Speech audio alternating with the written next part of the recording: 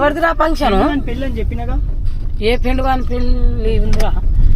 ఎటు కాకుండా వచ్చి పెళ్లి ఉంది ఫంక్షన్ ఉందని పోతావు. అమ్మ పక్క జరుగు, పెళ్లి గాడు ఎక్కుతాడు. ఏ పెండు గాడు? దామా ఎక్కువ ఇంత చూడు సరిపోదు. ఏమైంది? కుక్క వద్దురా. అరే వద్దురా. ఎంతకు తెగించారా? వద్దురా వద్దురా వద్దురా వద్దురా నాకు బెడ్ వద్దు. కుక్క వద్దురా. లోపలికి రమ్మని. అరే వద్దురా వద్దురా